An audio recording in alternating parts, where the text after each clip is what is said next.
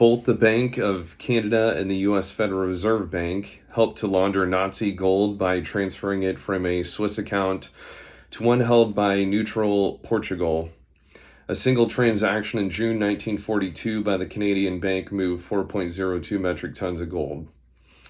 Sources come from British Rearment of Treasury, Britain's Central Statistic Office. Other primary sources come from writings of ambassadors, military leaders, and secondary sources are books and articles written about the appeasement.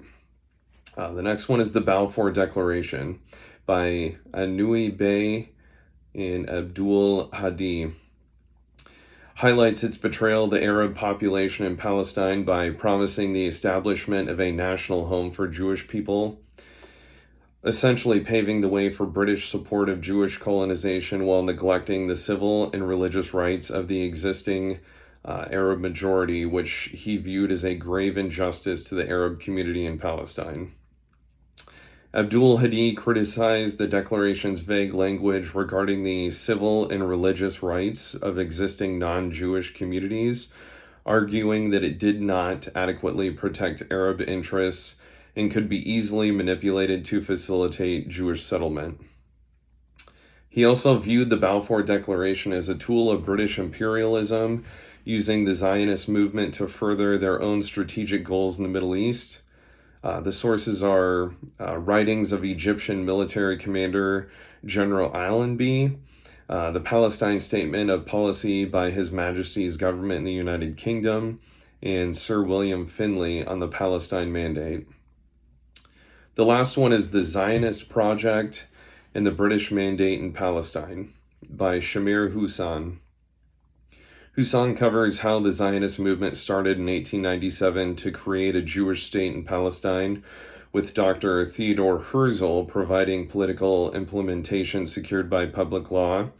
Herzl's diaries explained the term public law meant the patronage of the imperialist powers. He knew this would happen because it would be in the imperialist self-interest to gain resources in the Middle East. The European powers would be ridding themselves of Jews and anti-Semitism within Europe and the ability to use organized Jewish influence. In 1898, Herzl met with the German Kaiser about land development and German protection within Palestine, but it was the Brits that ended up working with Herzl. And Britain's Arthur Balfour eventually wrote the Balfour Declaration for a Jewish settlement within Palestine. British Prime Minister Joseph Chamberlain looked at this as an opportunity to expand his empire with the long-term intention of breaking up the Ottoman Empire. The main reason Europeans wanted Jews out of Europe was due to the pogroms in Eastern Europe, that is, riots against Jews that have been happening since the 15th century, cheap labor, competition, and social problems. Britain was willing to help the Jews get a settlement, but they didn't want them in England. In 1905, then Prime Minister Belfour signed the Aliens Bill into law that restricted said immigration from Eastern Europe. Attempts were made to negotiate with Palestinian leadership to establish a Jewish state, but the British wrote up the Balfour Declaration anyway. Following World War I, British spies were utilized in the Middle East to initiate hostility amongst different groups to attempt to break down the establishments, locate oil fields, and purposely establish newly created country borders that would instill hostility for years within them. The movie Lawrence of Arabia is based on British soldier and archaeologist T.E. Lawrence. The film series Indiana Jones is loosely based off of T.E. Lawrence, and this has to do with the issues that were going on during this time in the Middle East following World War I. The establishment of Jews in Palestine resulted in roughly 700,000 Palestinians being displaced and their homes being taken over by Jewish families.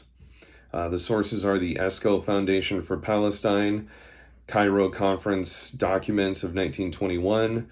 Secondary sources are utilized through books and articles covering this.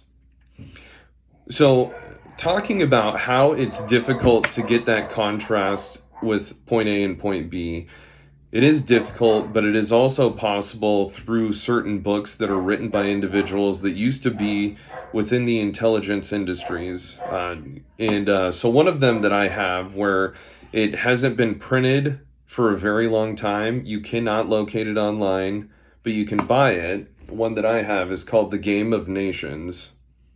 And so, this is written by former CIA operative Miles Copeland, and that book cost me over $200.